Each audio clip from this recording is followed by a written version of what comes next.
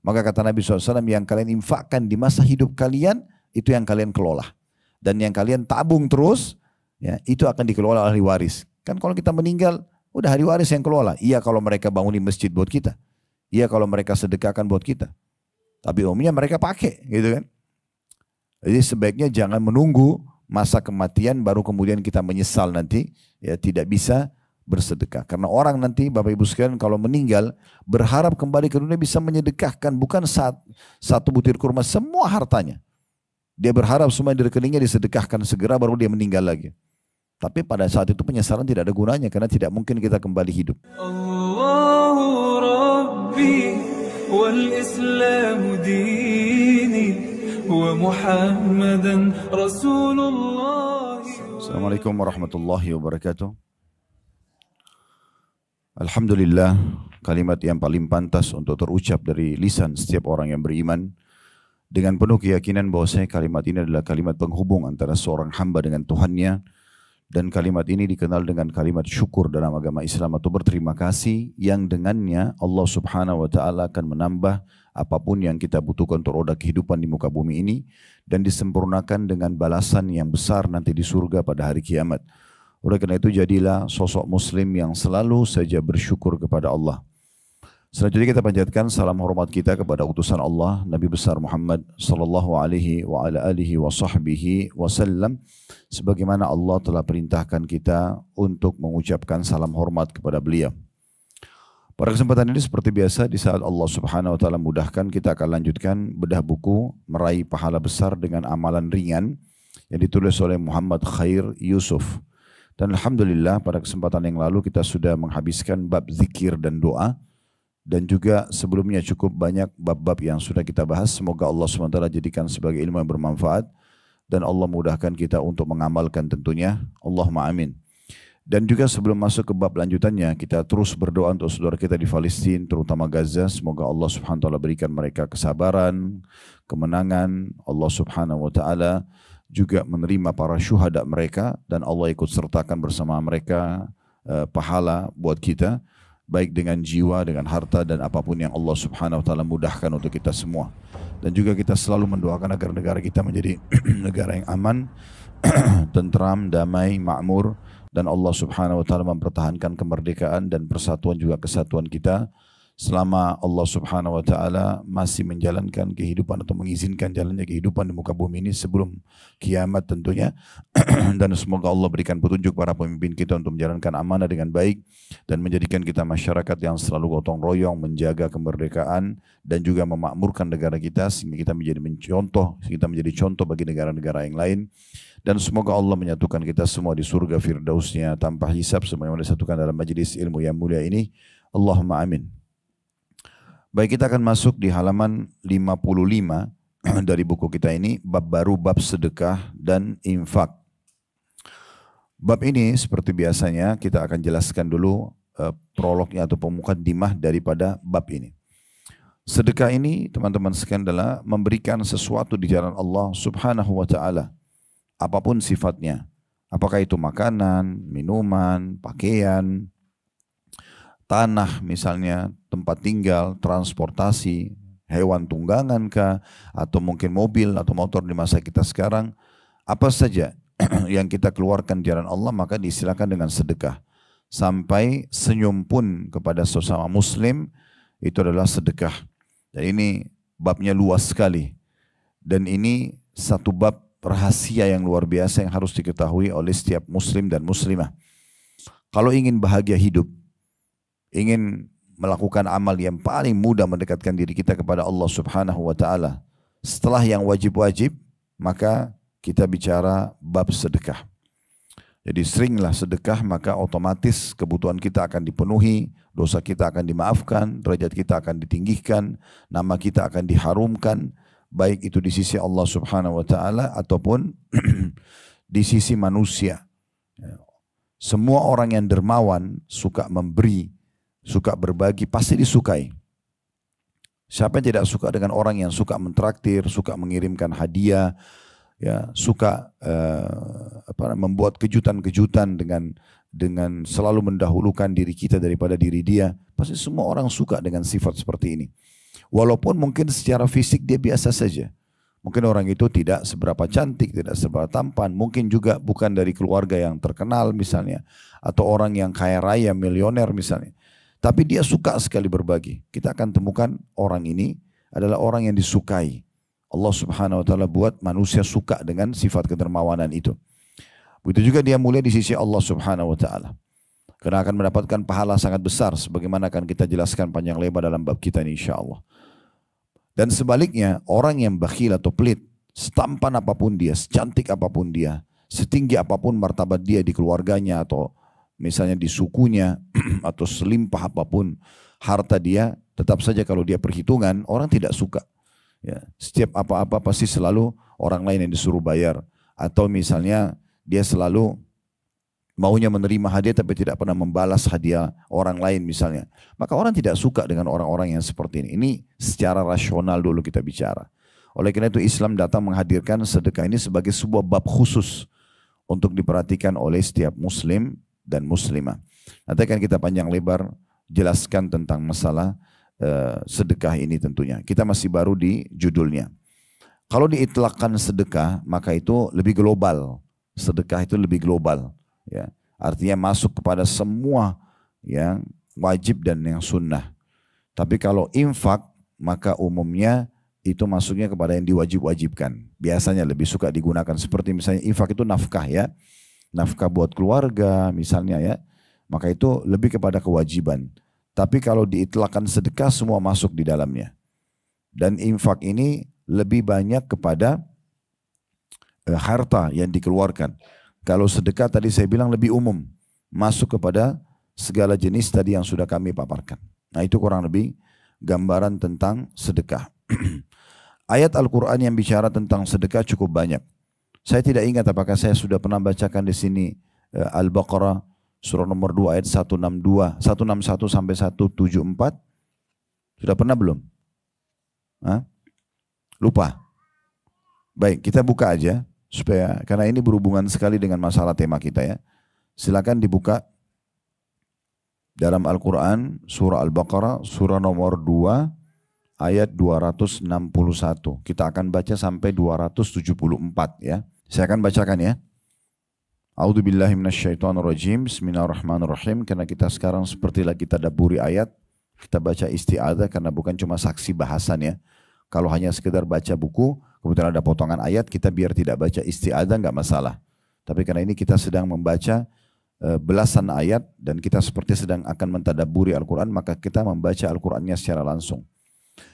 261-nya bunyinya, Mathalul ladzina yunfikuna amwalahum fi sabilillahi kamathali habbatin ambatat sab'a sanabil. Ambatat sab'a sanabila fi kulli sumbulatin mi'atu habbah. Wallahu yudha'ifu liman yasha' wallahu wasi'un alim. Perhatikan terjemahannya. Allah mulai tentang sedekah ini belasan ayat ya. Ini semua berisi sedekah. Perumpamaan dalam kurung nafkah yang dikeluarkan atau sedekah yang dikeluarkan oleh orang-orang yang menafkahkan harta di jalan Allah adalah serupa dengan sebutir benih yang menumbuhkan 7 bulir. Seperti orang taruh 1 benih tapi tumbuhnya 7. Pada tiap-tiap bulir, 1 bulir terdapat 100 biji. Allah melipat gandakan ganjaran bagi siapa yang dia kehendaki dan Allah maha luas karuniahnya atau balasannya lagi maha mengetahui. Maksudnya orang yang ikhlas. Dari ayat ini kita bisa lihat ya, kalau kita tadabburi maknanya atau kita renungi maknanya, Allah Subhanahu wa taala tidak memberikan contoh sesuatu yang besar. Bukan misalnya perumpamaan orang yang menginfakkan seperti gunung pahala sedekah atau emas misalnya, atau Allah sebutkan orang yang mewakafkan tanah sebidang tanah luasnya sekian, tidak. Allah menyebutkan di sini sesuatu yang paling sederhana. Orang yang mengeluarkan di jalan Allah ya, walaupun kecil, sampai Allah sebutkan ibaratnya seperti sebutir benih. Dari biji kecil yang kita tanam, biji pepaya kah, biji buah apa yang kecil nanti hanya jadi pohon yang besar. Maka di sini memaknakan bahwasanya sedekah apapun walaupun kecil di mata kita, yang penting kita keluarkan ikhlas karena Allah, maka akan mendapatkan apa yang dijanjikan. Tentu beda teman-teman sekalian antara misalnya si A sama si B. Si A ini mengeluarkan uang 100.000 rupiah dan si B mengeluarkan juga 100.000 rupiah. Tapi si A lebih ikhlas daripada si B, itu yang membedakan kadar pahalanya. Dan juga bisa lebih besar lagi kalau si A misalnya mengeluarkan 1 juta dengan ikhlas, si B 100.000 tapi kurang ikhlas. Maka akan lebih banyak lagi pahalanya. Tapi ada satu celah di mana seseorang yang menginfakkan hartanya mungkin secara kuantitas jumlah lebih kecil daripada orang yang mengeluarkan ya lebih besar secara kuantitas. Misalnya ada si A mengeluarkan cuma 100.000 rupiah, si B mengeluarkan 100 juta rupiah. Tapi si A bisa lebih besar pahalanya. Bagaimana bisa terjadi itu? Sementara si A mengeluarkan 100.000, si B mengeluarkan 100 juta. Beda sekali jumlahnya secara kuantitas. Ini dijelaskan dalam sebuah hadis, kata Nabi SAW pada saat ada orang pernah menginfakkan cuma 1 dirham saja. Kecil sekali. Yang satu mengeluarkan 100 dinar atau lebih besar, berlipat-lipat ganda. Yang satu cuma dirham perak, yang satunya emas gitu. Lalu kata Nabi SAW, sungguh yang mengeluarkan 1 dirham ini lebih besar pahalanya di sisi Allah daripada 100. Para sahabat bertanya, ya Rasulullah, bagaimana ceritanya itu? Kata Nabi SAW, karena yang mengeluarkan 1 dirham tidak punya harta kecuali itu. Maka Allah catat dia mengeluarkan seluruh hartanya. Sementara orang yang keluarkan 100 dinar tadi, ya itu dia punya banyak sekali. Jadi 100 itu jadi kecil. Kayak misalnya tadi orang keluarkan 100 juta rupiah, tapi dia punya uang 100 miliar. 100 juta jadi kecil. Nah, maka Allah dengan kemahaadilannya justru menilai orang yang mengeluarkan 100.000 tapi tidak punya kecuali itu saja. Dia miskin sekali, cuma punya 100.000 tapi dia keluarkan semuanya. Maka ini dicatat pahalanya lebih besar di sisi Allah Subhanahu wa taala. Jadi kita bermain di sini adalah kadar keikhlasan seseorang dan pengorbanannya di jalan Allah Subhanahu wa taala. Mirip juga orang yang memberikan makan untuk 100 orang tapi dia punya kemampuan memberi makan 10.000 orang. Karena dia kaya raya. Beda pahalanya dengan orang yang cuma punya kebetulan makanan 1 porsi makanan, dia tidak punya lagi kecuali itu, tapi dia masih berbagi setengahnya untuk orang yang lain. Maka ini lebih besar pahalanya. Karena dia tidak punya kecuali itu. Nah di sini poin yang penting untuk difahami tentang masalah bab sedekah. Baik, kita kembali kepada ayat tadi. Allah Subhanahu wa taala menyebutkan sedekah apapun yang teman-teman keluarkan, maka ibaratnya seperti 1 benih kecil. Tapi benih ini tidak cukup begitu. Bukan kita keluarkan 1, Allah balas 1, tidak. Dalam ayat ini dijanjikan satu sedekah itu seperti benih 1 dan mengeluarkan 7 bulir. Jadi ada 7 tangkainya dan 1 bulir punya 100 biji. Artinya ada 700 kali lipat balasan dari sedekah yang kita keluarkan. Ya. Ini yang bisa diambil dari makna ayat 261-nya. 262-nya, ini syarat agar bisa diterima sedekahnya. Fahami baik-baik ini, karena banyak orang melanggar ini, dia pikir dia sudah banyak sedekah tapi akhirnya tidak dapat pahalanya. Lihat ya, Allah berfirman, alladzina yunfikuna amwalahum fi sabilillahi thumma la yutbi'una ma anfaqu mannan wala adhan lahum ajrum 'inda rabbihim wala khaufun 'alaihim wala hum yahzanun. Orang-orang yang menafkahkan hartanya di jalan Allah, kemudian mereka tidak mengiringi, tidak mengikuti apa yang dinafkahkan itu dengan menyebut-nyebut pemberiannya. Kamu kan sudah saya bantu, kamu kan sudah saya kasih. Ingat gak dulu saya kasih begini? Nah itu namanya man dalam bahasa agama. Itu tidak boleh, hukumnya haram ya. Gak boleh nyebut-nyebut pemberian. Kalau memang kita kasih karena Allah, gak boleh kita sebut-sebut. Selesai. Ya, jadi kita tidak boleh menyebut-nyebutnya. Kecuali ada beberapa keadaan yang dikhususkan. Seperti misalnya orang tua yang menyebutkan kepada anaknya agar anaknya berbakti. Ya.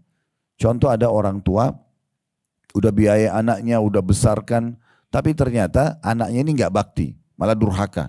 Lalu orang tuanya bilang, nak, masa ayah sama ibu sudah biaya hidup kamu, sudah besarin kamu, udah kasih fasilitas ini dan itu, tapi kamu balas begini, itu nggak berdosa. Karena dia punya hak sebagai orang tua. Begitu juga posisi suami pada saat mengingatkan istrinya, misalnya sudah ditentukan nafkah bulanan, ini ya nafkah bulanan, tapi ternyata istrinya habiskan sebelum waktunya. Lalu suaminya tanya, kan sudah saya kasih kemarin, kok bisa habis, kemana saja? Ya. Maka itu, waktu dia lihat tunjukkan bukti ini, bukti transfernya kan ada. Ini tidak masuk dalam tidak masuk dalam ancaman ini. Karena memang dia punya hak untuk menanyakan. Pemimpin negara, pemimpin satu wilayah kepada masyarakatnya. Misal dia buat jembatan, dia buat apalah fasilitas umum yang dipakai. Lalu dia bilang, wahai masyarakatku, tolong ini dijaga baik-baik ya. Kami sudah berkorban sekian banyak untuk membangun jembatan ini, jalan itu dirawat. Itu tidak masuk dalam ancaman ini. Karena memang dia harus ingatkan orang. Nah, ini contohnya. Ya. Maka ini berbeda. Tapi kalau misalnya teman-teman sekalian bersedekah kepada tetangga, kerabat, saudara, ya, ada orang miskin suka datang lewat di depan rumah setiap hari, terus kita kasih, besok datang lagi, minggu depan minta lagi, lalu kita bilang, kamu kan sudah saya kasih, enggak, jangan sebutkan, enggak ada urusannya. Kalau kita niatnya karena Allah, kita tidak akan lihat siapa penerimanya, kita akan fokus kepada pahala yang sedang kita kejar. Sekarang bedanya apa teman-teman sekalian? Orang itu mengulangi permintaannya dengan orang baru yang minta. Kan tujuan kita adalah sedekahnya kan. Jadi nggak penting orang itu terulang atau orang lain yang minta. Jangan setan masuk ke dalam diri kita mengatakan, loh orang itu sudah kamu bantu, loh harusnya kamu tegur dia. Nggak usah. Karena dia atau orang lain sama, intinya di saat itu Allah berikan kesempatan kita untuk meraih pahala sedekah. Nah fahami poin ini ya. Karena orang kadang-kadang melanggar. Nah, karena ini syaratnya dalam ayat ini. Kapan kita sebut-sebut pemberian kita, maka gugur pahalanya. Tahu nggak masjid sana itu? Itu saya yang beliin karpetnya. Tahu nggak rumah anak yatim sana? Saya yang bangunin bangunannya misal. Untuk apa disebut? Gak ada manfaatnya. Kalau penyebutan itu terjadi karena pertanyaan, juga bisa aman dari riya. Misal,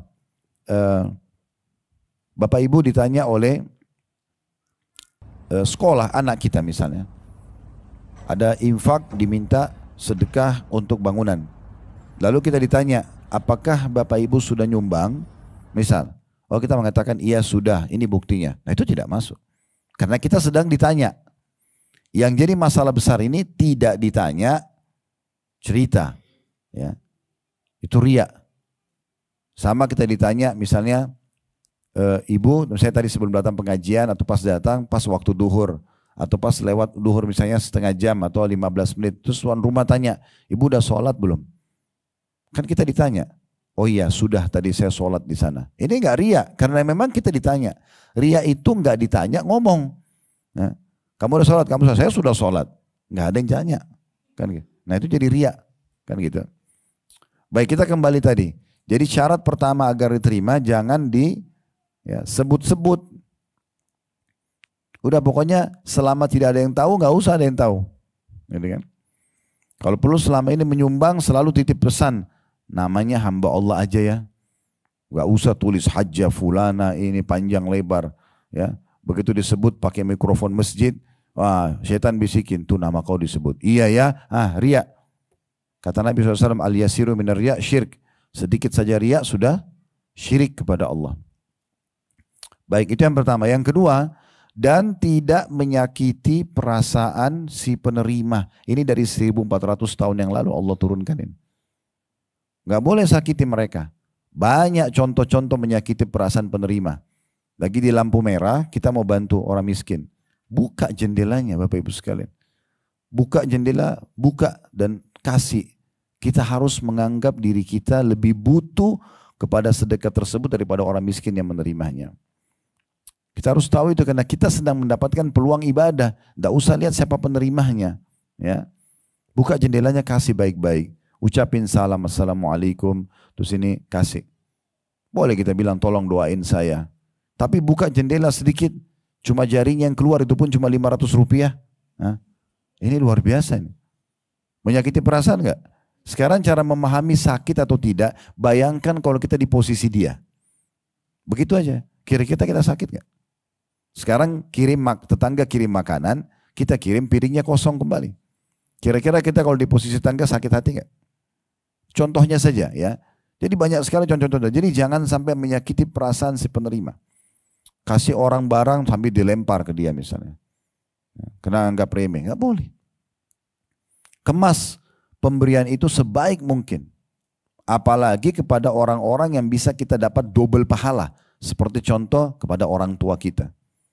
Saya tanya Bapak Ibu sekalian, coba jujur. Kalau seandainya tiba-tiba Bapak Ibu diundang oleh presiden misalnya. Kemudian presiden titip pesan, tolong bawain saya buah-buahan. Kira-kira Bapak Ibu beli di mana buah-buahannya? Hah? Masih hidup nggak ini? Pasti cari toko buah terbaik ya. Sekarang saya tanya jujur, kalau seandainya orang tua ibu dan bapak yang pesan, beli di mana? Nah. Baik, kalau presiden dikemasnya bagaimana?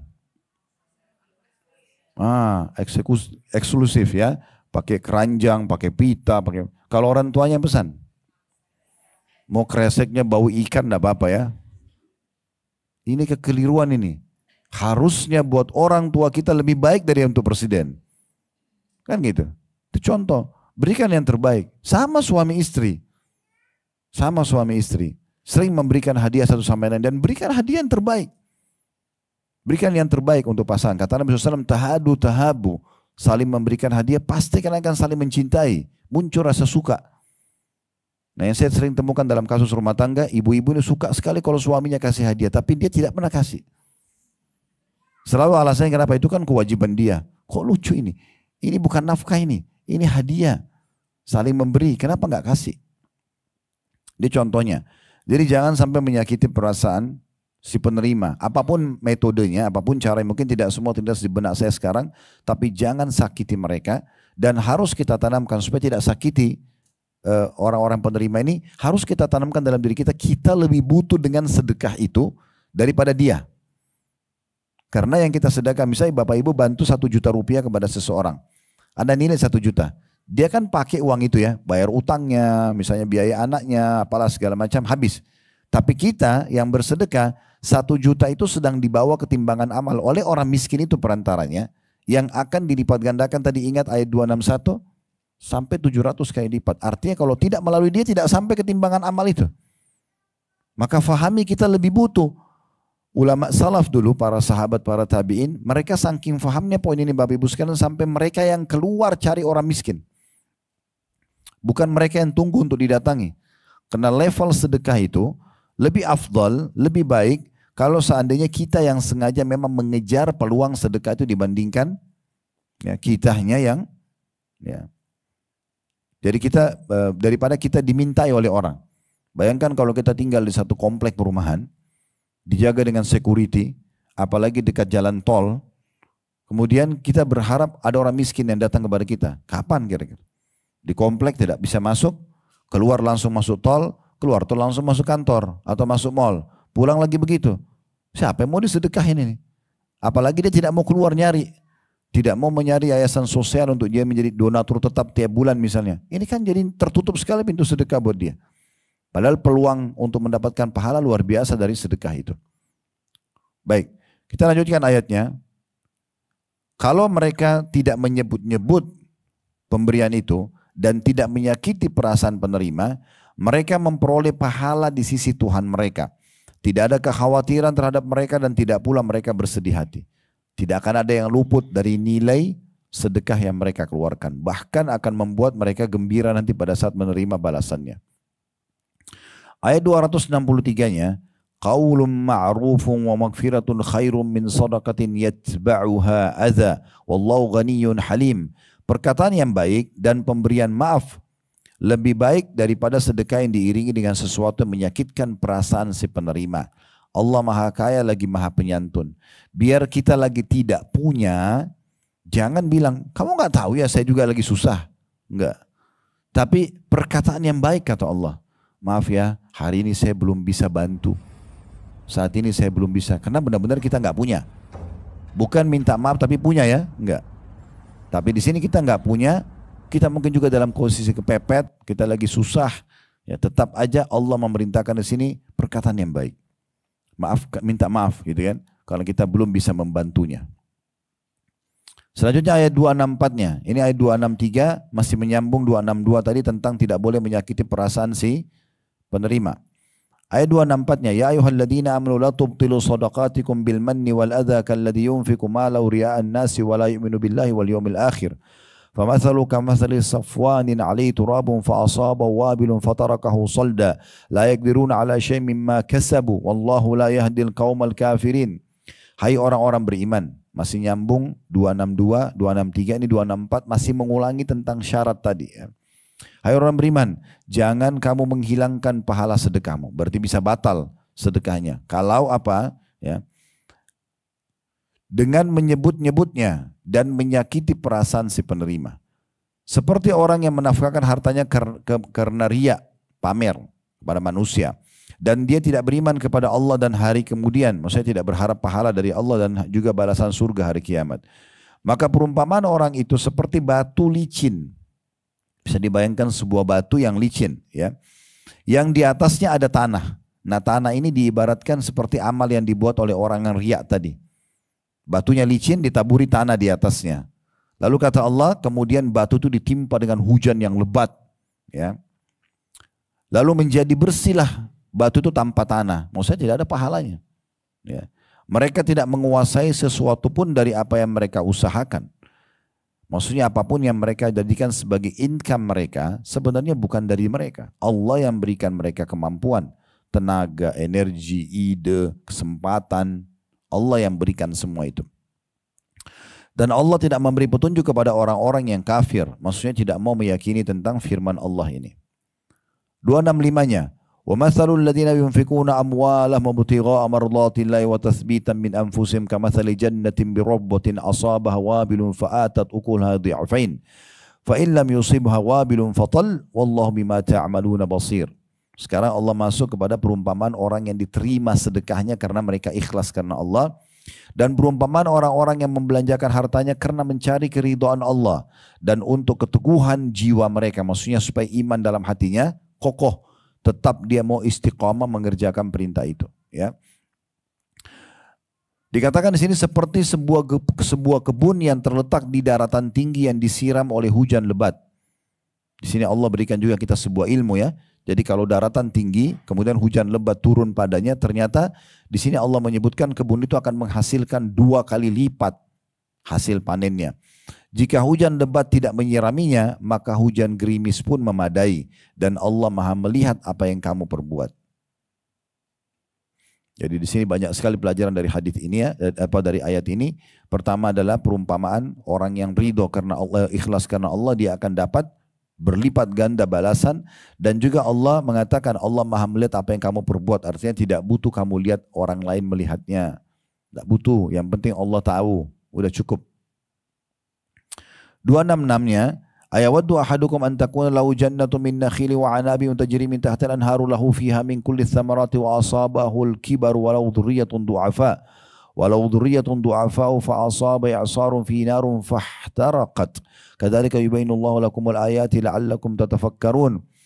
Apakah ada salah seorang di antaramu yang ingin mempunyai kebun kurma dan anggur yang mengalir di bawahnya sungai-sungai? Dia mempunyai dalam kebun itu segala macam buah-buahan. Kemudian datanglah masa tua pada orang itu sedangkan dia mempunyai keturunan yang masih kecil-kecil.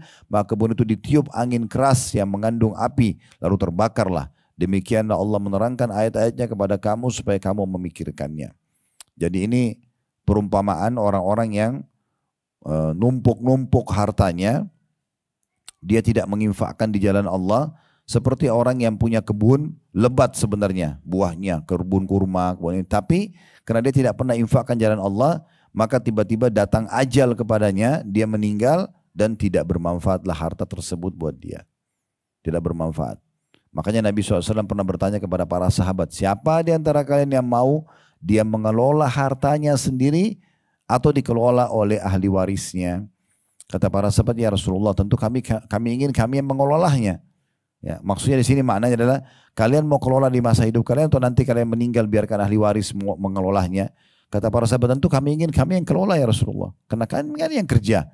Harusnya kami yang kelola daripada nanti ahli waris, anak, saudara yang kelola.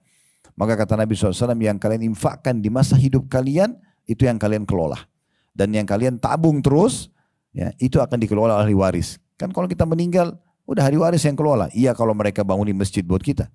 Iya kalau mereka sedekahkan buat kita. Tapi umumnya mereka pakai gitu kan.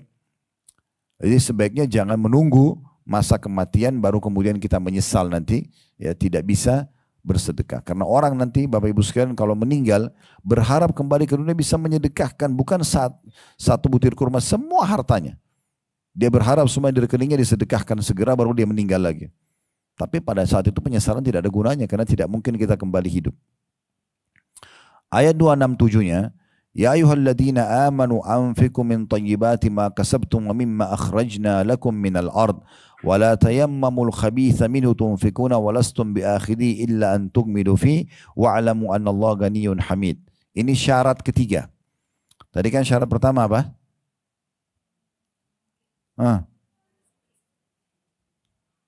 Gak boleh nyebut-nyebut. Terus yang kedua, gak boleh nyakiti perasaan. Nah sekarang yang ketiga. Perhatikan di sini ayat ketiga, yang syarat ketiganya. Hai orang beriman, nafkahkan di jalan Allah sebagian dari hasil usahamu yang baik-baik atau yang terbaik bahasanya. Jadi kalau Bapak Ibu mau sedekah makanan, jangan makanan yang sudah diacak-acak daripada rusak, daripada basi. Ini nggak ada istilah bagi orang muslim begini nih. Kita masak, memang yang masih fresh, yang masih bagus, itu langsung dikeluarkan yang untuk disedekahkan yang ini. Kirim ke tetangga, kirim kepada kerabat. Sisanya kita makan. Nah itu yang benar. Bukan sisa makanan kita. Ya. Ini Allah bilang. Jadi infakkan yang terbaik. Dan sebagian dari yang kami keluarkan dari bumi untuk kamu. Perhatikan Allah tegur di sini. Dan jangan, lihat terjemahannya. Allah bilang apa? Dan jangan kamu memilih yang buruk-buruk lalu kamu menafkahkan darinya. Lalu Allah bilang, dikasih perumpamaan luar biasa ini ya. Padahal kamu sendiri tidak mau mengambilnya melainkan dengan memincingkan mata terhadapnya. Dan ketahuilah bahwasanya Allah maha kaya dan lagi maha terpuji. Jadi jangan kau infakkan makanan kalau kamu yang dikasih sama, kamu akan pincingkan mata, tutup mata sebelah, kayak nggak mau nerima. Kenapa kamu kasih ke orang? Bisa tangkap pesannya. Ini penting sekali. Jadi sedekah yang terbaik. Saya mengajak teman-teman berpraktikin. Kalau beli buah-buahan misalnya, beli makanan. Ada pembantu rumah tangga kita di rumah. Sebelum kita makan, keluarkan. Saya begitu terapin di rumah. Langsung begitu datang saya bawa makanan buahan, ini kasih keluarin buat mbak-mbak kasih makan. Baru nanti sisanya kita makan di rumah. Kita juga melatih diri kita untuk tawaduk, merendah karena Allah. Ini enggak makan, mereka pada lihat sampai habis mereka enggak dikasih. Ini yang membuka pintu pencurian biasa. Hanya mereka curi makanan itu karena mereka juga pengen, mungkin mereka tidak punya uang membelinya. Kenapa enggak kasih? Ini perintah Allah ini dari 1400 tahun. Tidak boleh kita milih-milih. Panen buah, pilih yang paling bagus, disisipkan sendiri, yang sudah rusak-rusak disedekahin. Keliru ini. Ini kenapa? Karena tadi saya bilang kaidah dasarnya mereka tangkapnya sedekah itu bukan untuk dirinya tapi untuk orang lain. Balik sekarang persepsinya. Sedekah itu buat kita. Kita sedang membawa nilainya itu melalui orang miskin yang kita kasih atau siapa yang kita kasih ketimbangan amal kita. Makin baik kita keluarkan maka makin baik kita terima nanti hasilnya di sana. Nah, ini yang Allah ingatkan. Dan Allah tutup ayat ini mengatakan dan ketahui bahwasanya Allah maha kaya. Yang sedang kamu sedekah di jalannya ini Allah itu maha kaya. Allah nggak butuh dengan sedekahmu itu. Itu buat kamu sendiri. Nah, gitu. Dan juga maha terpuji. Artinya Allah terpuji. Allah tidak butuh dengan makanan bekas dan segala macam. Ya. Kalau mau maksimal sedekah, coba bersedekah yang serupa. Contoh, kita masuk ke satu restoran makan, makanannya enak. Misal satu porsi nasi padang misalnya, habislah 70.000, 100.000 kita makan. Coba kalau kita puasa itu beli yang porsi yang sama, kasih tukang parkirnya. Pernah nggak? Gitu beli porsi yang sama kasih. Pernah nggak kita beli baju, kita suka baju itu, beli yang sama kasih sedekah, walaupun buat saudara kita. Saya ibu-ibu beli satu baju suka nih, beli dua, satu buat adik, satu buat kakak, satu buat tante, kasih. Tapi yang sama nilainya. Nah itu bagus sedekahnya begitu. Itu penting itu. Ingat yang kita sedekahin bukan dianya, tapi nilainya di sisi Allah Subhanahu wa taala. Nah, siapa kira-kira yang suka mengganggu kita nih supaya kita ragu-ragu sedekah? Udahlah, enggak usah kasih yang itu, kasih yang sana saja. Ini terlalu banyak, negosiasi begitu. Siapa? Syaitan. Alhamdulillah sudah tahu, ya. Syaitan ini musuh, enggak boleh diikutin. Itu Allah sebutkan di ayat setelahnya 268. Jadi yang suka bisikin kita, tidak usah bantu itu orang mampu, itu pura-pura, ini masih enak makanannya, mungkin kita masih mau, walaupun perut sudah kenyang sebenarnya. Simpan aja buat besok, kalau besok mati, kalau malam ini mati, kita nyesal, kenapa nggak sedekah tadi malam sisa makanan atau ada makanan itu. 268 Allah bilang, asyaitanu ya'idukumul faqra wa ya'murukum bil fahsya, wallahu ya'idukum magfiratan minhu wa fadla, wallahu wasi'un alim. Syaitan menjanjikan atau menakut-nakuti kamu dengan kemiskinan. Jadi dia yang selalu bilang, jangan, nanti kurang, kamu butuh. Selalu begitu. Syaitan yang bisikin itu. Dan menyuruh kamu berbuat kejahatan. Apa yang dimaknakan kejahatan sini? Baca terjemahannya. Ada nggak di aplikasi Qur'annya? Kikir, pelit. Jadi yang Allah sebutkan dengan kejahatan dalam ayat ini adalah kikir. Nggak mau kasih orang. Perhitungan. Sedangkan Allah menjanjikan untukmu dengan sedekah itu ampunan darinya dan karunia. Maksudnya balasan rezeki lagi. Melimpah lagi. Dan Allah maha luas karunianya lagi maha mengetahui. Ada satu rahasia sederhana saya mau berbagi di sini. Kalau teman-teman pernah ikutin, alhamdulillah. Kalau belum ikutin nanti coba diikutin di playlist YouTube kami. Ada tablik akbar setiap Sabtu kedua di Blok M itu serial sahabat. Sekarang sudah hampir mendekati 50 sahabat kita bahas. Kalau kita lihat hidupnya para sahabat yang kaya raya, Abdurrahman bin Auf, Utsman bin Affan, Abu Bakar, ya, Talha bin Ubaidillah, Sa'ad bin Ubadah dan banyak sahabat-sahabat yang lain, itu waktu meninggal kalau dihitung sekarang ratusan miliar uang yang ditinggalkan buat keluarganya, banyak sekali, melimpah. Pertanyaan sederhana, apakah uang yang mereka tinggalkan itu hasil tabungan mereka? Jawabannya tidak. Bukan dari tabungan. Harta yang dibagikan kepada ahli waris mereka itu yang datang beberapa hari sebelum mereka meninggal karena infak. Karena sedekah.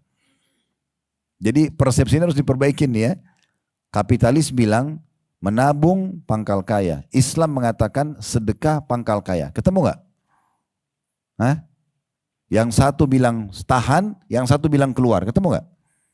Selama ini kita kalau kecil diajarin apa? Nabung nak. Ya. Dibeliin celengan oleh orang tua. Ini melahirkan sifat pelit ini.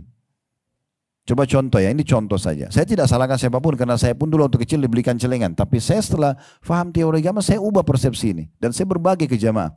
Kalau kita punya 2 orang anak, kita belikan dua-duanya celengan dan kita berikan masing-masing 10.000 rupiah. Pastikan di saat itu sudah mulai muncul sifat pelitnya. Begitu kita kasih, ini celengan kamu nak, nabung ya, ditaruh sama dia. Kalau si kakak pegang celengan adik, adiknya marah gak?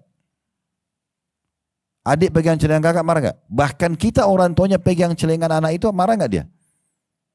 Ini bahaya sekali nih. Ya. Kenapa gak balik sekarang teman-teman? Kalau dia dikasih uang jajan ke sekolah, ini uangnya nak, nanti kalau istirahat ingat, beli makanan kasih teman kamu juga. Ajarin sedekah.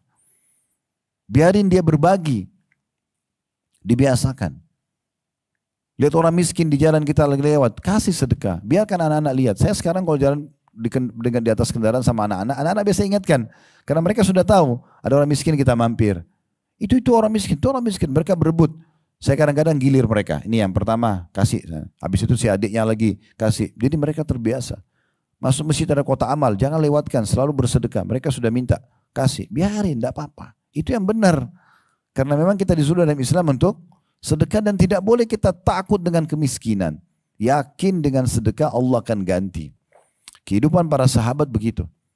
Pernah dengar nama Sa'ad radhiyallahu anhu. Sa'ad ini dia punya anak namanya Qais. Ini Sa'ad bin Ubadah radhiyallahu anhu, orang termasuk salah satu orang terkayanya Madinah. Hampir setengah kebun kurma Madinah punya dia. Dan orang-orang Arab itu patokannya dia kaya atau tidak kalau dia punya kebun kurma. Jadi bukan punya mobil mewah. Ya, karena kurma itu umurnya mirip kelapa gitu ya, lama bisa ratusan tahun. Pohon kurma, pohon zaitun ini pohon-pohon yang umurnya panjang, buahnya banyak dan terus berbuah. Ya, maka orang kalau punya kekayaan ini luar biasa. Nah saat ini punya setengah Madinah kebun kurma, punya dia. Dia bilang sama anaknya Qais, ada gudang hartanya. Dia bilang, hai anakku, ini gudang hartanya ayah. Habiskan, infakkan di jalan Allah. Ini butuh keimanan untuk suruh itu ya. Seperti bapak ibu bilang, ini rekening ayah sama ibu nak habisin, sedekain. Orang kadang-kadang makanan kesukaannya saya ditaruh di meja, anaknya sentuh. Jangan, itu punya ibu. Misalnya. Atau itu punya ayah, dimarahi anaknya gara-gara makan makanan dia. Kan ini luar biasa bakhilnya. Gitu kan. Jadi bagaimana dia bilang itu? Jadi si ayah sama anak ini setiap hari Bapak Ibu sekalian dalam kisah. Coba baca kisah Sa'ad bin Ubadah. Hampir semua artikel sebutkan tentang sifat dermawannya dia. Dia naik di atas rumahnya sama anaknya tiap hari lalu teriak-teriak. Wahai penduduk Madinah, siapa yang butuh bantuan datanglah. Yang butuh madu, butuh gandum, butuh apa saja ambil, silakan, dikasih. Sampai kadang-kadang gudangnya habis. Dengan kuasa Allah besok penuh lagi tuh gudang. Nggak masuk akal manusia. Kalau hitungan manusia nggak bisa ini. Nggak bisa masuk. Kalau transaksi sama Allah ini nggak masuk dengan akal manusia. Maka besok datang lagi. Dia bilang lagi sama anaknya, kita sedekah lagi. Tiap hari begitu. Tidak pernah habis hartanya. Sampai satu waktu si ayah bilang sama anaknya, kayaknya semua jenis barang kita sudah pernah sedekain. Makanan sudah, pakaian sudah, hewan-hewan sudah, apa saja kita sudah sedekain. Tapi kita belum ambil pahala di mengutangkan orang. Ini kan ada bab sendiri. Mengutangkan orang termasuk pahala ya.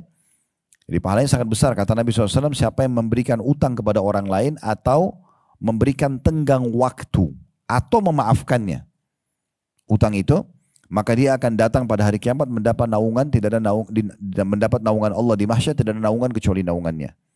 Hari itu kita tidak akan kena panasnya matahari dan hiruk-piruknya mahsyar karena mengutangkan orang lain. Jadi dia bilang sama anaknya, kita coba cari pahala dengan mengutangkan orang. Dia berdua ayah sama anak ini naik di atas rumah karena waktu itu belum ada media kayak kita sekarang.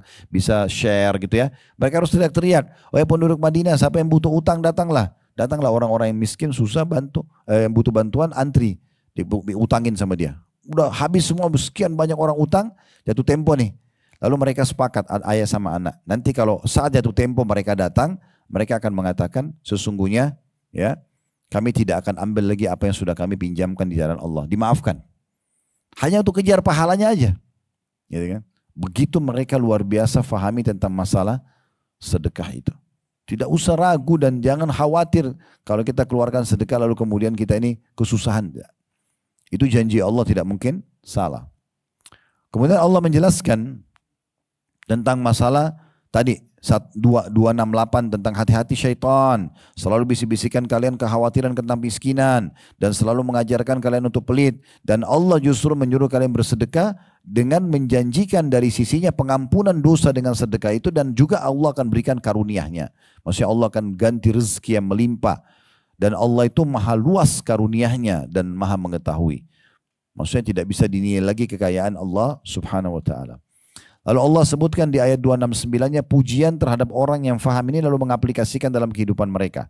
Yu'til hikmata man yasha wa may yu'tal hikmata faqad utiya khairan katsira wa ma yadhakkaru illa ulul albab. Allah menganugerahkan al-hikmah atau kepahaman terhadap Al-Quran dan juga sunnah kepada siapa yang dikehendakinya. Ya, maksudnya untuk menerapkan isi-isi Al-Quran dan Sunnah. Dan barang siapa yang dianugerahkan hikmah, ia benar-benar telah dianugerahi karunia yang banyak. Dan hanya orang-orang berakal lah yang mau gunakan akal sehatnya yang dapat mengambil pelajaran dari firman Allah itu. Betul dia mau menjalankan firman Allah ini diikuti dengan keyakinan kalau Allah akan ganti apa yang dia sedekahkan sehingga tidak pernah ragu dan selalu dia berikan yang terbaik di jalan Allah Subhanahu wa taala. Ayat 270-nya, "Wa ma anfaqtum min nafaqatin aw nadartum min nadrin fa innallaha ya'lamu ma lidh-dhalimin min ansar." Apa saja yang kamu nafkahkan atau apa saja yang kamu nazarkan niat untuk dikeluarkan di jalan Allah, maka sungguhnya Allah mengetahuinya. Orang-orang yang berbuat zalim tidak ada seorang penolong pun bagi mereka. Makna orang zalim orang yang tidak mau berinfak di jalan Allah. Karena kita sedang bicara masalah infak atau sedekah. Jadi Allah anggap mereka adalah orang-orang yang zalim terhadap diri mereka sendiri. Kenapa enggak keluarin? Toh juga uang itu, harta itu bukan punya kita. Punya Allah SWT. Kita lahir di muka bumi ini enggak punya apa-apa kan. Lahir dengan telanjang badan, kita juga meninggal nanti dengan telanjang badan. Dibungkus dengan selimut pada saat lahir, dibungkus dengan kain kafan pada saat mati. Semua perhiasan, harta, semua habis ditinggal, nggak ada yang dibawa. Ya. 271-nya Allah menjelaskan tentang masalah kalau ada orang berinfak dengan terang-terangan dan orang berinfak dengan sembunyi-sembunyi, dua-duanya baik. Yang penting dia bisa mengontrol niatnya supaya jangan riya, ya. Allah bilang di 271, in tubdus sadaqati fa ni'mahi wa in tukhfuha tu'tuha al-fuqara fa huwa khairun lakum wa yukaffiru ankum min sayyiatikum wallahu bima ta'maluna khabir. Jika kamu menampakkan sedekahmu, maka itu adalah baik sekali. Kalau misalnya tiba-tiba kita lagi lewat di pinggir jalan ada kotak amal masjid, kita harus memberikan dan orang lihat, gitu kan? Atau misalnya di majelis begini ada yang iklanin, ini ada bantuan nih buat Palestina misalnya, atau ini ada bantuan buat masjid, lalu kita bersedekah. Ya, tidak ada masalah, orang lihat. Yang penting kita kontrol diri kita untuk tidak riya, ya. Karena riya itu seperti satu metode yang ditawarkan syaitan, ya, untuk membuat kita tidak mendapatkan pahala. Tinggal kita tolak saja. Seperti seorang marketing yang menawarkan produknya, kita tolak, sudah begitu saja. Selama kita tolak, kita tidak akan kena riya itu. Lalu Allah mengatakan, dan jika kamu menyembunyikannya dan kamu berikan kepada orang-orang fakir, maka menyembunyikan lebih baik lagi bagimu. Jadi kalau memang bisa kita kasih tanpa orang tahu, bagus. Itu lebih bagus lagi. Tapi kalau di depan umum ada yang minta bantuan, kita kasih. Jangan karena di depan umum kita bilang, kalau saya kasih nanti saya riya. Enggak. Karena saat itu memang diminta di terang-terangan, ya. Pernah terjadi di masa Nabi SAW, pada saat mau jihad beliau memanggil, ayo siapa yang mau berinfak, ya. Maka banyak sahabat datang di depan sahabat yang lain, bawa hartanya, bawa emas, bawa perak, bawa pedang, bawa perisai, bawa kuda, bawa unta untuk disedekahkan di jalan Allah Subhanahu wa taala. Dan Allah akan menghapuskan dengan sedekah itu dari kamu sebagian kesalahan-kesalahanmu, dan Allah mengetahui apa yang kamu kerjakan. Jadi sedekah itu selain kita mendapatkan pahala yang melimpah, juga kita akan dapat gantinya berlipat-lipat ganda dari Allah Subhanahu wa taala dari jalan yang kita tidak sangka-sangka, plus lagi akan dimaafkan kesalahan-kesalahan kita dengan sedekah itu. Lalu kenapa tidak menjadi orang yang dermawan? 272-nya, laisa 'alaika hudahum walakinna Allah yahdi man yasha wa ma tunfiqu min khairin fali anfusikum wa ma tunfiquna illa ibtigha'a wajhillah wa ma tunfiqu min khairin yuwaffa ilaikum wa antum la tudlamun. Bukanlah kewajibanmu menjadikan mereka mendapat petunjuk, akan tetapi Allah lah yang memberi petunjuk atau memberi taufik siapa yang dikehendakinya. Maksudnya, ya, kalau kita sudah mengajarkan kepada orang, menyampaikan ke saya sekarang, sampaikan ke Bapak Ibu sekalian, saya tidak bisa paksakan untuk diterapkan. Itu hidayah dari Allah. Kalau Bapak Ibu yang cerdas, yang berakal, mengambil ini sebagai sebuah ilmu manfaat lalu mempraktikkan, itu keuntungan buat Bapak Ibu sendiri. Saya dapat pahala dari Allah. Saya tidak akan mengambil dari infak Bapak Ibu, gitu kan. Tapi saya akan dapat pahala dari sisi Allah. Tapi kalau ada orang tidak mau ikutin, saya tidak bisa paksakan. Itu yang Allah bilang di sini. Bukan kewajibanmu menjadikan mereka mendapat petunjuk. Maksudnya mau terapkan tentang sedekah ini. Akan tapi Allah lah yang memberi petunjuk atau taufik kepada siapa yang dikehendakinya. Dan ingatlah, apa saja harta yang baik itu maksudnya yang terbaik dari pakaian, dari makanan, dari harta, yang kamu nafkahkan di jalan Allah, maka pahalanya itu untuk kamu sendiri. Kamu yang akan panen. Di dunia dapat balasan, gantinya di akhirat juga dapat pahala yang melimpah. Dan jangan kamu membelanjakan sesuatu melainkan karena mencari keridhaan Allah. Jangan karena pujian manusia. Karena pujian manusia hanya sepanjang lidahnya saja. Ini sering saya bahasakan di pengajian, ya. Kalau orang bilang, oh kamu hebat ya, kamu dermawan ya, kamu cantik ya, kamu inilah. Apa yang didapat? Badannya tambah gemuk. Hartanya tambah banyak, nggak ada. Lalu apa yang mau dikejar dari pujian itu?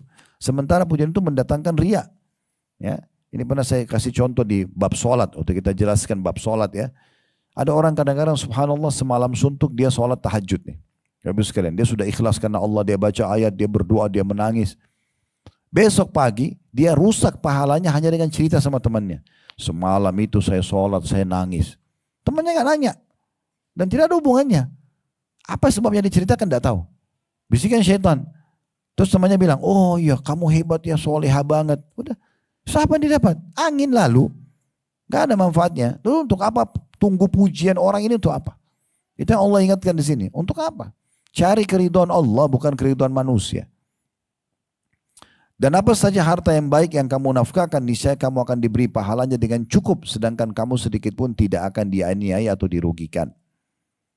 273-nya, Lil fuqara'i alladziina uhsiru fi sabilillahi la yastati'una darban fil ardi yahsabuhumul jahilu aghniya'a minat ta'affufi ta'rifuhum bisimahum la yas'aluna an-nasa ilhafa wa ma tunfiqu min khairin fa innallaha bihi alim.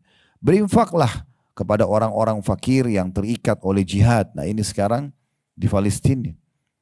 Dan ini alhamdulillah kita bersyukur kepada Allah. Kita mestinya memberikan apresiasi kepada pemerintah kita yang memberikan dukungan terhadap kemerdekaan teman-teman di Palestina. Bahkan saya dapat informasi sekarang Basnas juga membuka peluang untuk masyarakat Indonesia bersedekah membantu. Bahkan pemerintah sudah mengirim pesawat angkatan darat, angkatan udara membawa makanan ke sana langsung masuk. Itu bagus sekali itu, luar biasa. Sekarang ditambah lagi MUI menyuruh kita memboikot produk-produk mereka yang penjajah ini. Karena memang dalam undang-undang dasar kita tidak boleh ada penjajahan di muka bumi lagi. Selesai, kita harus mendukung itu. Dan lebih daripada itu juga memang Palestina punya jasa terhadap Indonesia pada saat mau kemerdekaan. Mereka mendukung kemerdekaan kita dan mereka sudah merdeka sebelumnya. Udah jauh sebelum kita. Cuma mereka tiba-tiba dijajah. Mereka sudah punya bandara di saat negara-negara masih banyak belum punya bandara. Saya punya foto-foto kunonya itu tentang masalah ya, Bandara Quds namanya sudah ada pada saat itu, building-building bangunan mobil-mobil mewah sudah ada di Palestina dulu sebelum mereka dijajah.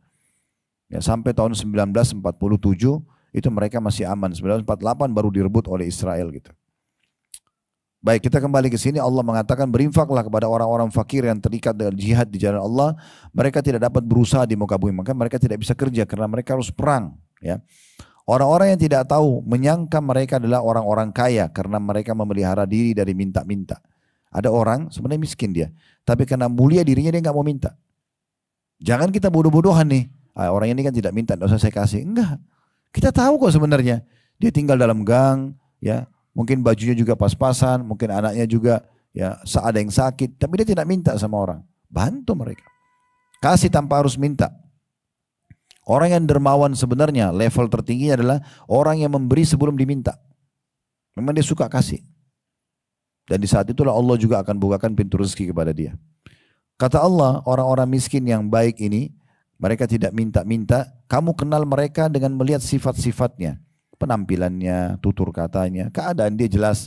Cuma ngajar sebagai guru di TK, guru di SD. Kita tahu sebenarnya pendapatan orang berapa gitu kan. Lalu kata Allah, kamu kenal mereka dengan melihat sifat-sifatnya. Mereka tidak meminta kepada orang secara mendesak. Dan apa saja harta yang baik yang kamu nafkahkan di Allah, sesungguhnya Allah maha mengetahuinya. 274 ini ayat terakhirnya. Alladzina yunfikuna amwalahum bil-laili wan-nahari sirran wa alaniyatan falahum ajrum 'inda rabbihim wala khaufun 'alaihim wala hum yahzanun. Orang-orang yang menafkahkan hartanya di malam dan siang hari. Apa maknanya kata ulama tafsir? Dari pagi sampai menjelang malam tidak pernah berhenti sedekah, bukan sekali saja. Tiba malam sedekah lagi, waktunya sampai pagi lagi. Allah bilang, orang-orang yang menafkahkan hartanya di malam dan siang hari, secara sembunyi-sembunyi atau terang-terangan, maka mereka mendapatkan pahala di sisi Tuhan mereka. Tidak ada kekhawatiran terhadap mereka dan tidak pula mereka bersedih hati. Sekarang ini di masa kita luar biasa ini ya, peluang sedekah. Karena kita di atas ranjang pakai handphone online bisa transfer. Bukan cuma sedekah di kota kita, di negara kita, luar negeri bisa. Contoh Ramadan, Bapak Ibu ingin berbagi membuka puasakan orang, misal di Saudi, di Mekah, di Masjid Haram. Ada yayasan sosial resmi. Biasanya kami kalau bimbing umroh kami selalu ingatkan jemaah ini loh yayasan resmi. Ini bagi juga buka puasa di Mekah. Tinggal kita transfer uang, masuk, kita sudah dapat pahala. Padahal kita lagi di Jakarta, dapat pahala buka puasa di Mekah. Ada orang kita membuka puasain muslim di Amerika, di Australia, di mana saja. Tinggal kita cari yayasan resmi, kita kirim. Atau kenalan kerabat sana, transfer uang, mereka tinggal beliin buka puasa. Gampang sekali mendapatkan sekarang pahala itu. Orang dulu susah banget, dia cuma bisa sedekah di sekitar dia saja kan. Susah sekali kalau dia mau bawa uangnya dari Mekah misalnya atau dari Indonesia ke Mekah, waktu itu orang harus naik kapal. Kapal laut bisa 2 bulan orang pergi haji, pesawat berapa kali transit, itu luar biasa. Masa sekarang luar mudah. Jangan sia-siakan peluang ini. Ya, ini penting sekali. Baik, sampai sini ayat tentang masalah sedekah. 275 itu sudah masuk ke masalah bab riba ya, masalah riba. Baik, kita perlu garis bawahi juga masalah infak ini supaya lebih jelas ya. Apa yang kita miliki sekarang, fahami poin penting. Ini sudah selesai tadi Al-Baqarah 261 sampai 274. Sekarang kita lebih titik beratkan ke masalah sadari Bapak Ibu sekalian, apa yang kita miliki ini bukan milik kita, tapi milik Allah. Jangan selalu bilang mobilku, rumahku, bajuku, boleh, tapi hati-hati dengan bahasa ini. Hati-hati. Kalau bisa lebih baik, ya Allah amanahkan buat saya. Saya kadang-kadang didatangi oleh tamu di restoran, ini restoran Ustadz ya, ini Allah amanahkan. Supaya kita sadar ini bukan punya kita sebenarnya. Dan itu memang Allah titik beratkan. Coba buka sekarang Al-Quran ya. Surah Al-Hadid ayat 7. Surah Al-Hadid ayat 7. Surah nomor 57 ayat 7. Sudah? Saya bacakan ya. Allah berfirman, Aminu billahi wa rasulihi wa anfiku mimma ja'alakum mustakhlafina fi falladzina amanu minkum wa anfaku lahum ajrun kabir. Ya. Terjemahannya, berimanlah kamu kepada Allah, karena tidak ada Tuhan selain Allah, dan Rasulnya Muhammad SAW. Setelah iman kepada Allah dan Rasulnya, Allah SWT mengatakan, dan nafkahkan sebagian dari hartamu yang, ini garis bawahi, yang Allah menjadikan kamu menguasainya. Maksudnya Allah yang memberi kamu itu harta. Tabungan kita, perhiasan kita, pakaian kita, semua makanan, mobil, rumah, ini Allah yang kuasakan kepada kita semasa kita hidup. Setelah kita meninggal selesai, gak ada urusan lagi sama kita. Maka orang-orang yang beriman di antara kamu dan menafkahkan sebagian dari hartanya memperoleh pahala yang besar. Jadi ayat ini jelas sekali Allah mengatakan hartamu yang Allah telah menjadikan kamu menguasainya.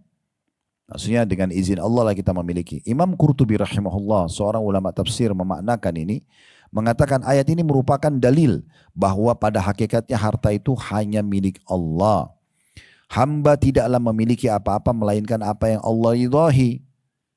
Siapa saja yang menginfakkan harta pada jalan Allah, maka itu sama halnya dengan seseorang yang mengeluarkan harta orang lain dengan seizinnya. Dari situlah ia akan mendapatkan pahala yang melimpah dan amat banyak. Jadi Allah kasih, ya. Kemudian Allah bilang keluarkan. Kenapa kita perhitungan? Kenapa nggak keluarkan? Lalu Allah janji, kalau kau keluarkan saya ganti lagi.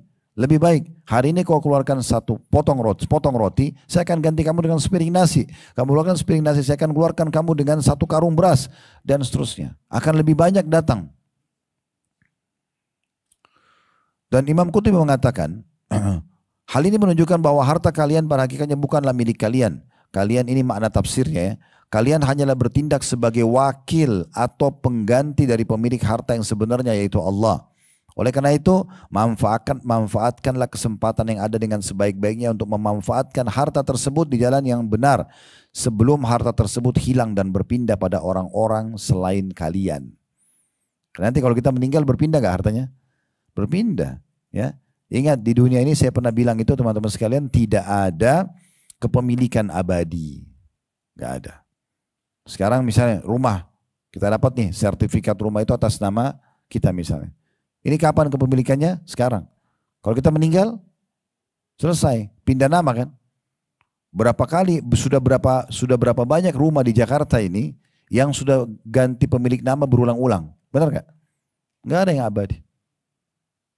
Dia sudah beli rumah besar, dia udah urus rumah itu, dia buat maksudnya bahan-bahan bangunannya sangat yang berkualitas misalnya. Toh juga pada saat dia meninggal selesai. Ahli waris mungkin tidak pikir lagi masalah kualitasnya. Pikir mereka, saya mau dapat bagian saya. Dijual rumah tersebut jadi milik orang lain, ahli waris bagi. Selesai. Begitu juga si ahli waris itu beli rumah lagi lain. Saya di Jakarta dijual, beli rumah di Cibubur. Oke, setelah itu dia meninggal lagi. Pindah lagi tuh. Bukan milik dia, pemilik yang lain lagi. Seterusnya begitu. Gak ada pemilikan abadi. Apa saja.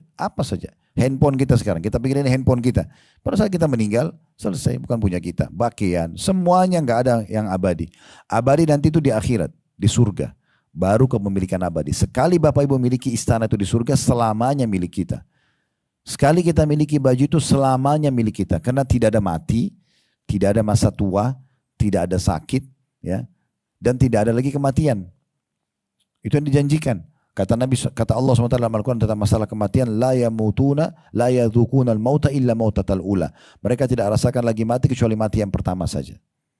Kemudian yang kedua adalah masalah tidak habis masa tuanya, tidak sakit, ya. Itu disebutkan dalam hadis Nabi SAW. Kata Nabi SAW, orang yang masuk surga tidak akan habis masa mudanya, tidak akan sakit tubuhnya. Ya. Dan ini semua Allah simpulkan surga ini dengan kata-kata Allah yang sering Allah ucapkan dalam surga, khalidina fiha, kekal selamanya di dalamnya. Kita coba kuatkan apa yang kita bahas ini teman-teman. Ini kita sebenarnya masih di judul karena penting untuk difahami. Nanti kita akan masuk pertemuan akan datang di cetang yang pertama. Khusus jenis sedekah, bersedekah dengan makanan. Nanti ada jenisnya. Nanti ada sedekah dengan hewan. Nanti ada sedekah dengan jenis-jenis makanan. Ada apa jenis-jenis sedekah, nanti ada beberapa yang disinggung sini. Walaupun sebenarnya tidak seberapa lengkap saudara dari buku kita ya. Tapi kita akan coba bahas sesuai dengan buku ini karena kita sedang bedah buku. Ada satu sahabat teman-teman namanya Abu Dahdah. Kisah yang unik sekali dari orang ini. Radhiyallahu anhu. Jadi waktu turun firman Allah Subhanahu wa taala dalam surah Al-Hadid, surah yang sama tadi surah nomor 50 tapi ayat 11. Ayat 11-nya. Tadi kan kita baca ayat 7-nya ya. Nah, ayat 11 itu bunyinya man dzalladzi yuqridullaha qardan hasanan fayudha'ifahu lahu wa lahu ajrun karim. Barang siapa atau siapa yang memberi pinjaman kepada Allah dengan pinjaman yang baik, maka Allah akan melipat gandakan balasan pinjaman itu untuknya dan dia akan memperoleh pahala yang banyak. Di dalam ayat ini Allah seperti sedang mengatakan, ayo siapa yang mau pinjamin buat saya akan ganti loh berlipat. Padahal itu harta dari Allah juga.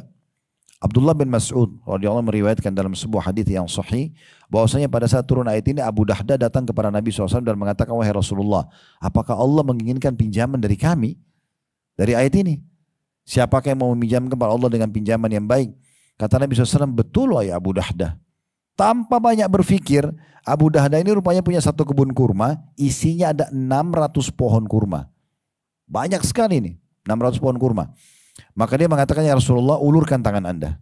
Nabi ulurkan, lalu dia mengatakan, ya Rasulullah, sambil dia salami tangan Nabi, dia mengatakan, sesungguhnya aku telah memberi pinjaman kepada Allah kebunku ini yang berisi 600 pohon kurma. Maka pada saat itu, Nabi SAW terima dan Nabi mengatakan begini, begitu banyak tandan anggur dan harum-haruman di surga untuk Abu Dahdah. Dalam riwayat lain, begitu banyak pohon kurma untuk Abu Dahdah di surga nanti. Akar dari tanaman tersebut terbuat dari mutiara dan yakut atau batu-batu mulia. Waktu dia lakukan itu, kebetulan di kebunnya tadi, karena kebun ini kebetulan buahnya ranum sekali, lagi-lagi berbuah banyak dan tertata dengan rapi. Jarak antara pohon dengan pohon, saluran airnya, ada tempat duduk-duduk kalau keluarganya pada kumpul. Lagi ada anak, istri sama anak-anaknya, Ummu Dahdah sama anak-anaknya. Maka Abu Dahdah datang lalu mengatakan, wahai Ummu Dahdah, keluarlah dengan anak-anakmu dari kebun ini karena aku sudah meminjamkan kebunku ini kepada Allah. Atau kepada Rabbku dalam sebuah riwayat. Ummu Dahdah karena juga punya iman, dia sudah tahu berarti suaminya infakkan. Maka dia tersenyum sambil mengatakan, sungguh beruntung apa yang telah kau pinjamkan untuk Abu Dahdah. Lalu dia keluar sama anak-anaknya. Begitu luar biasanya mereka memahami sedekah itu. Ini luar biasa ini. Juga Bapak Ibu sekalian fahami poin, semua yang kita infakkan Allah akan ganti. Tidak ada yang tidak diganti. Dan tergantung kadar keikhlasan. Allah sebutkan dalam surah Saba, surah nomor 34 ayat 39. Ini dalil yang tentang masalah Allah pasti gantikan. Jadi tidak usah ragu dengan masalah sedekah yang kita keluarkan. Surah Saba, surah nomor 34 ayat 39. Ini ada potongan ayat ya. Potongan ayat 39 itu bunyinya, wa ma anfaqtum min syai'in fahuwa yukhlifu wa huwa khairur raziqin. Barang apa saja yang kamu nafkahkan, sedekahkan di jalan Allah, maka Allah akan menggantikannya dan dialah pemberi rezeki yang paling baik. Kata ahli tafsir dalam makna ini, Ibnu Katsir rahimahullah mengatakan dalam tafsir Quranul Azim beliau tentang tafsir surah Saba, surah nomor 34 ayat 39, beliau mengatakan kurang lebih artinya, Allah yang akan memberi ganti pada kalian di dunia juga akan memberi ganti berupa pahala dan balasan di akhirat kelak. Juga dalam sebuah hadis Bukhari dan Muslim yang sangat masyhur, sabda Nabi SAW, ma min yawmin yusbihu al-ibadu fihi illa malakani yanzilani fayaqulu ahaduhuma Allahumma a'ti mumfikan khalafa wa yaqulu al-akharu Allahumma a'ti mumsikan talafa. Artinya, Tidak ada suatu hari pun ketika seorang hamba melewatinya di pagi hari, kecuali Allah akan turunkan 2 malaikat. Yang satu mengatakan, ya Allah lapangkan, luaskan rezeki orang yang bersedekah. Berikan ganti. Malaikat ini khusus berdoa dan Allah yang suruh itu. Mendoakan. Semua yang bersedekah, apapun pada hari itu, malaikat akan mendoakan dia. Dan yang satu lagi malaikat kedua mengatakan, ya Allah binasakanlah orang yang bakhil. Kata Ibnu Hajar rahimahullah, binasakan jiwanya dan hartanya. Jadi jangan perhitungan. Orang yang dermawan itu dipastikan awet muda, karena sifat hasad hilang. Orang sering iri kenapa? Karena selalu merasa ini punya saya. Iri sama punya orang. Tapi kalau dia sering memberi, hilang sifat hasad itu, tidak ada. Tidak apa yang lagi dia mau hasadin, dia selalu kasih orang. Mau orang kaya, mau orang miskin, boleh dikasih. Ini juga poin penting untuk digarisbawahi ya. Sedekah itu boleh diberikan kepada orang kaya dan orang miskin. Tidak masalah. Contoh misalnya orang tua kita orang mampu. Kita ingin memberikan dia mobil baru. Boleh saja. Kita mau berikan ibu kita baju baru, mahal. Tidak ada masalah. Boleh. Memberikan kepada orang kaya dan orang miskin. Kalau zakat itu hanya untuk orang miskin. Iya. Orang kaya tidak boleh. Tapi kalau sedekah boleh. Tiap hari kita bisa memberikan makanan kepada orang, tiap hari kita bisa berbagi pakaian, tiap hari kita bisa mewakafin tanah, tiap hari kita bisa menyedekahkan kendaraan dan seterusnya. Pernah satu kali Nabi SAW masuk ke rumah Bilal, dan Bilal kebetulan mengeluarkan satu tandan gitu, kurma bagus sekali. Kata Nabi SAW, wahai Bilal apa ini? Apa ini yang kau keluarkan? Bilal bilang, ya Rasulullah, aku menyimpannya buat Anda. Maksudnya sengaja nanti kapan Anda datang, aku hidangkan khusus gitu. Tapi kan Nabi SAW waktu itu belum jelas datangnya kapan gitu. Ya, bukan berarti misalnya sekarang Nabi bilang, hai Bilal saya mau datang ya. Maka seperti ada orang bilang sama kita, Bu, Pak saya mau datang ya. Terus kita siapin makan buat mereka. Bukan. Memang Bilal cuma simpan. Ya kapan-kapan Nabi datang sudah bisa dihidangkan itu. Gitu. Maka apa kata Nabi SAW? Amfik ya Bilal. Keluarkan sedekahkan Bilal, jangan tunggu saya. Kecuali memang sudah janjian. Keluarkan. Wala takhsha min dzil arsy iqlala. Dan jangan pernah kau khawatir sedikit pun dari pemilik arsh atau Allah dari sedekah itu. Karena dia maha mencukupi. Dia akan mencukupi. Jadi keluarkan saja. Kalau kau nanti mau kasih untuk aku makna hadisnya, nanti Allah akan kasih di saat itu. Sekarang keluarkan dulu. Karena bisa saja itu amal terakhir. Kan gitu. Benar gak? Kan bisa saja itu amal terakhir. Jadi tidak boleh kita tunda-tunda. Dan hadis ini diriwayatkan oleh Al-Bazzar dan juga At-Tabarani. Dan ini disahihkan oleh Syekh Albani. Juga dalam hadis, ya, riwayat Muslim, kata Nabi SAW, ma naqasat sadaqatun min mal. Sedekah tidak akan pernah mengurangi harta. Nah ini persepsi orang Muslim kan beda. Ya, orang-orang kapitalis, kalau keluar berarti berkurang dong, kan gitu. Kita punya uang 10 juta, kita keluar 1 juta. Hitungan kapitalis dan akal manusia, oh berarti sisa 9 juta dong. Tapi Allah tidak seperti itu. Kalau kamu keluarkan 1 juta, berarti akan datang berlipat ganda penggantinya. Berarti bertambah seperti orang investasi. Uniknya, orang lebih percaya pada manusia daripada Allah. Kalau manusia punya satu perusahaan bagus, diajak kita investasi, kita berani mengeluarkan harta berapapun di situ karena kita tahu perusahaannya maju dan kita akan dapat keuntungan. Tapi ada risiko rugi kan? Kalau sama Allah ini beda. Modalnya bukan perusahaan, kasih orang miskin, berbagi pada orang lain. Maka nanti Allah akan kasih kita. Tidak ada risiko kerugian karena akan diganti. Di dunia dapat, di akhirat dapat. Nah seperti itu pemahamannya. Ini poin penting untuk digarisbawahi. Juga Asma binti Abi Bakar radhiyallahu anhuma, ini anak Abu Bakar, sahabiat yang terkenal Asma radhiyallahu anha.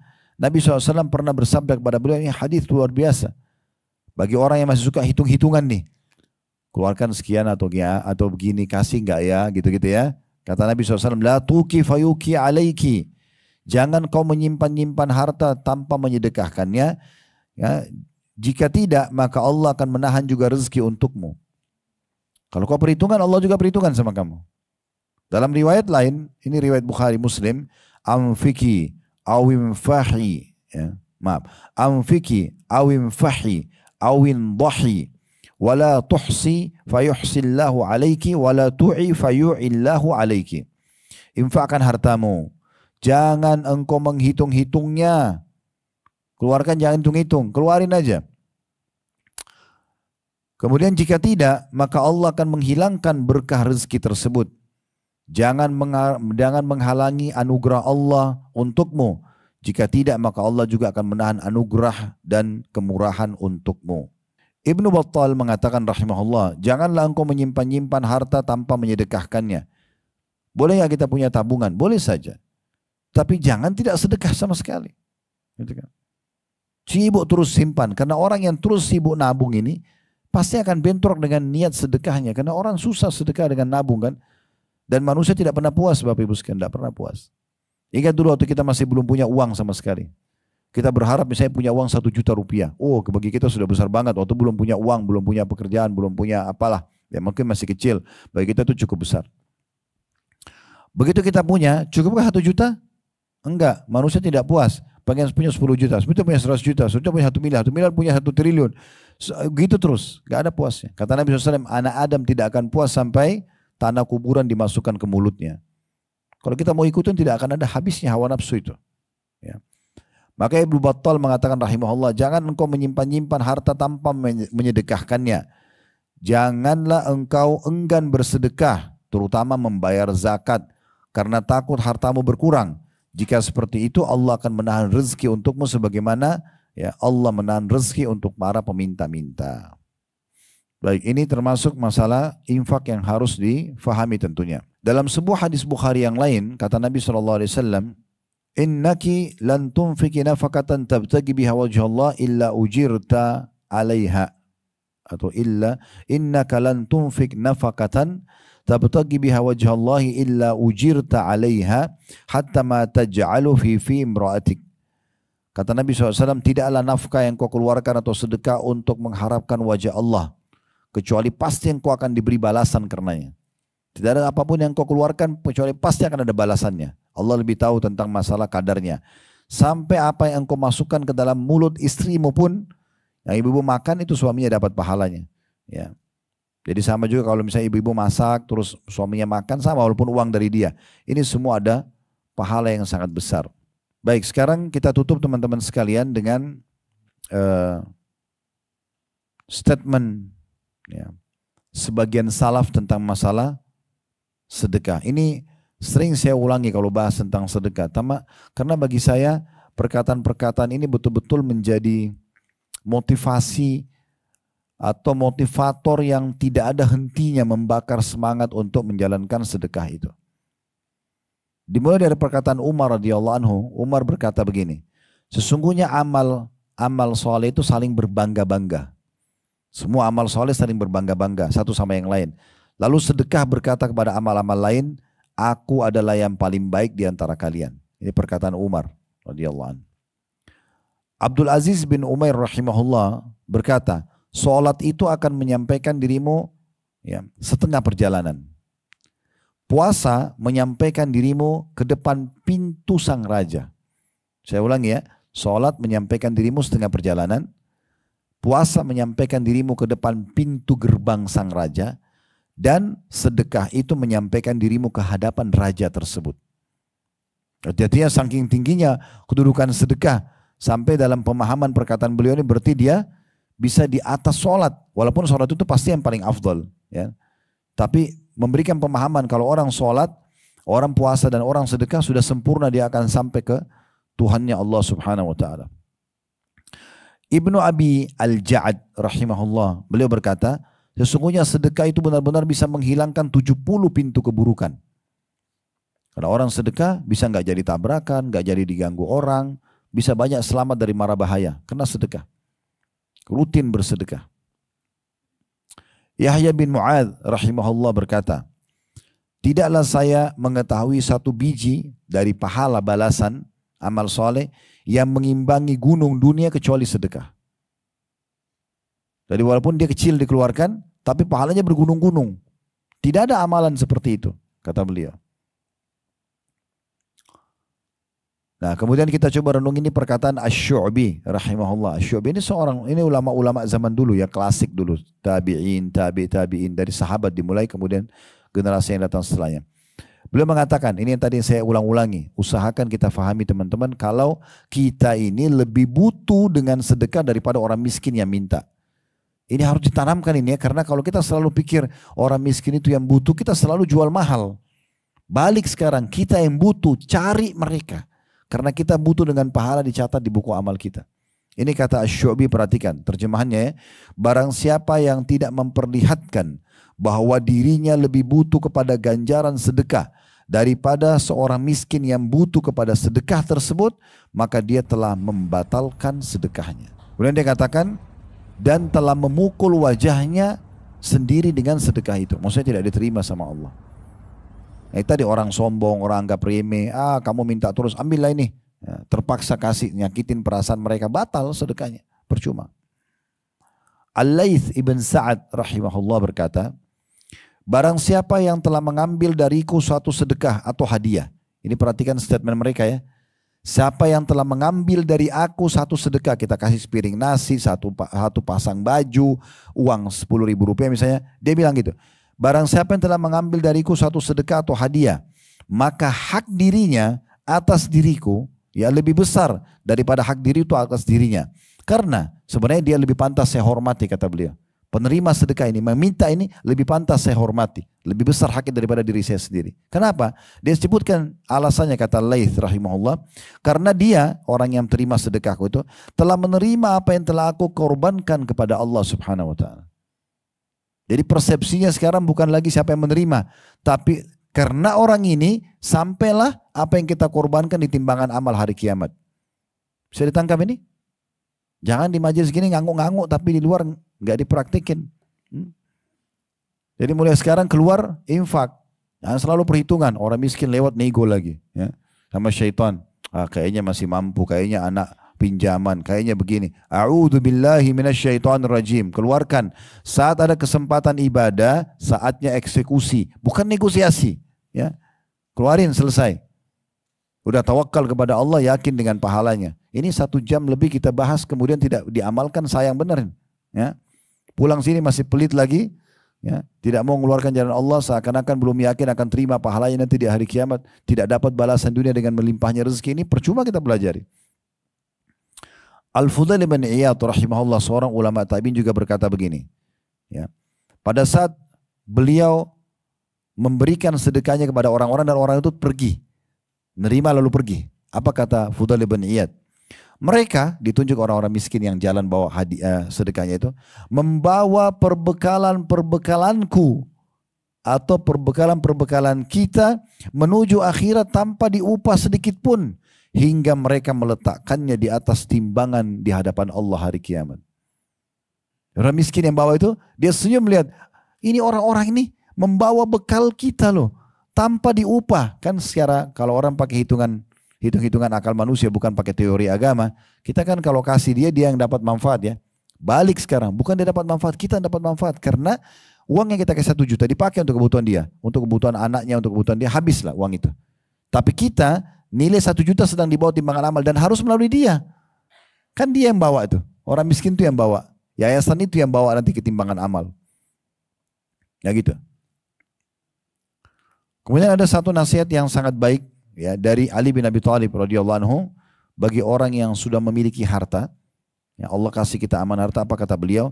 Barang siapa yang telah diberikan satu harta oleh Allah, maka hendaklah dia harus memberikan hak harta itu. Jadi ini kalau kita kasih judul hak-hak harta ya. Hendaklah dia menyambung kekerabatan dengannya. Silaturahim. Justru dia bantu orang tuanya, dia bantu kerabatnya semampu dia silaturahim. Kemudian yang kedua, memperindah jamuan untuk tamunya. Dulu mungkin dia masih susah, dia cuma bisa hidangkan mungkin nasi sama sayur asam sama tempe. Sekarang Allah bukan rezeki. Dia bisa beliin ayam bakar, dia perbaikin. Makin Allah buka rezeki, makin perbaikin jamuan buat tamu. Yang kedua. Yang ketiga, menolong seseorang yang membutuhkan. Siapa saja minta, dia selalu bantu. Tidak usah lihat siapa yang minta, tapi lihat perintah Allah di situ. Supaya kita tidak jenuh. Saya sudah jelaskan tadi di awal pertemuan kita. Kalau orang ini terulang minta, dengan orang baru yang minta, bedanya apa? Sama aja kita sedang bersedekah. Untuk apa berkeluh kesah? Syaitan yang buat kita marah dengan orang itu. Padahal sebenarnya tidak perlu kita marah. Tugas kita adalah meraih pahala dari sedekah kita. Tidak usah lihat siapa yang terima. Susah kalau kita melihat orang yang terima. Ada terlintas sebuah kisah sebelum saya lanjutkan perkataan Ali radhiyallahu anhu. Ada seseorang dulu, sehingga saya namanya Rabi' bin Huthaim rahimahullah. Beliau pernah pada saat lagi duduk sama dua orang muridnya di rumah beliau. Muridnya ini lagi mau belajar gitu, bertanya tentang hukum-hukum agama. Maka Rabi' rahimahullah dihidangkan oleh istrinya satu jenis makanan di masa itu namanya halwa.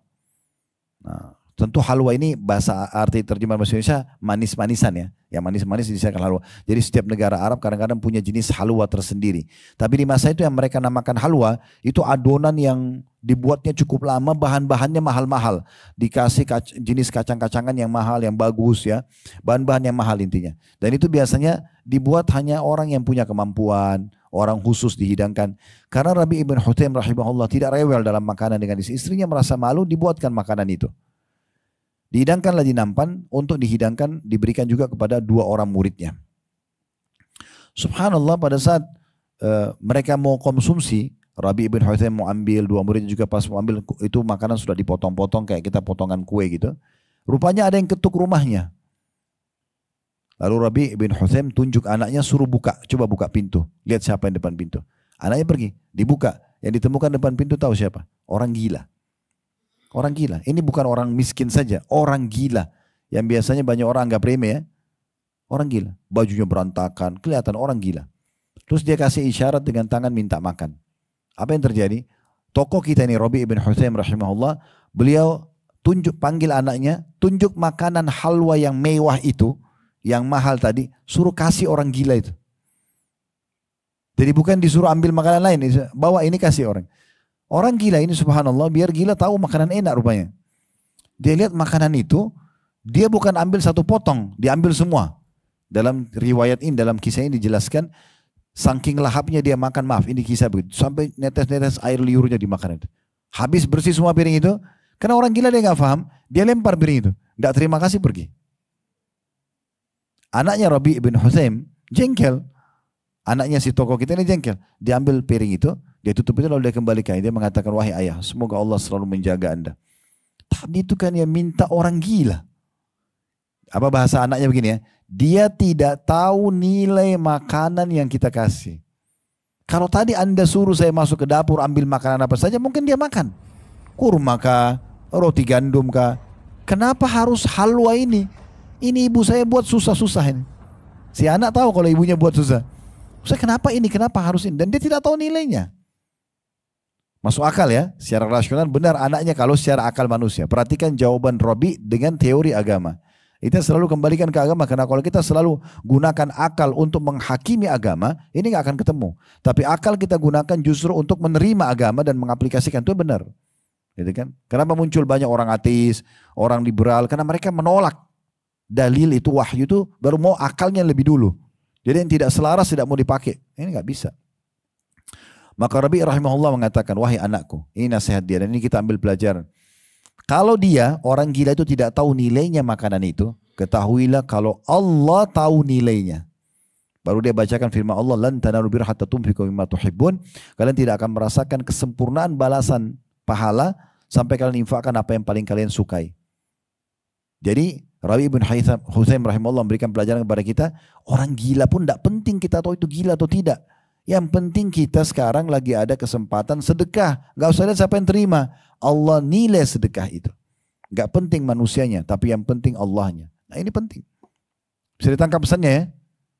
Ngangguk-ngangguk lagi, tapi gak dipraktikin. Ya. Insya Allah, baik. Baik, selanjutnya. Yang penting Allah tahu saya sudah sampaikan. Ya.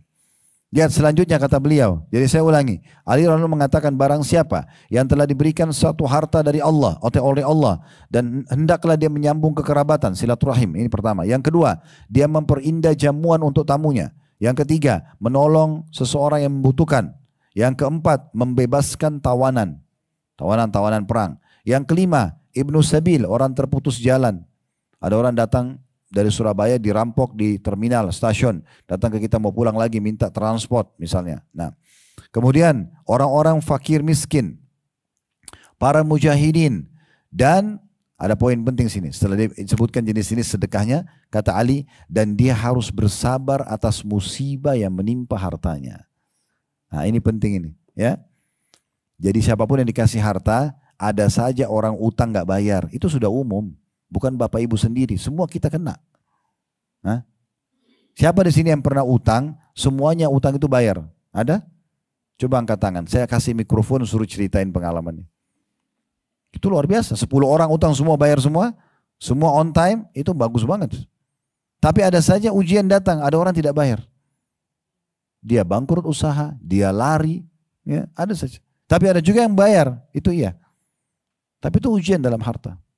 Hilang, ditipu orang, pada saat kita lagi bisnis bangkrut, itu ada ujiannya, harta ada. Harus pahami itu. Ya, itu kata Ali radhiyallahu anhu. Karena kata beliau, dengan perkara-perkara itu, melambung silaturahim, memperindah jamuan buat tamu, ya, membantu orang miskin, ibnu sabil, mujahid, bebasin tawanan, apalah tadi semua disebutkan ya. Dan juga musibah menimpa harta, karena dengan perkara-perkara itu dia akan memperoleh kemuliaan dunia dan juga akhirat. Yang terakhir, perkataan Abu Hatim rahimahullah. Beliau mengatakan begini, ya, bakhil itu adalah sebuah pohon di neraka. Bakhil, pelit, sebuah pohon di neraka. Yang ranting-rantingnya ada di dunia. Siapa yang bergelantungan dengan salah satu ranting-rantingnya, maka akan membawanya ke neraka. Kapan perhitungan di hadapan Allah? Gak mau kasih. Maka itu berarti dia sedang bergelantungan dengan ranting yang ada di neraka. Dan akan membawanya ke sana. Sebagaimana kata beliau, kedermawanan itu pohon di surga. Dan ranting-rantingnya ada di dunia. Siapa yang bergelantungan pada salah satu ranting-rantingnya, maka akan membawanya ke dalam surga. Dan ketahuilah, surga adalah tempat orang-orang dermawan. Pelit itu di neraka. Dan pahami baik-baik teman-teman sekalian, kalau lawannya dermawan, itu artinya pelit ya, itu dosa besar. Bukan dosa saja, dosa besar.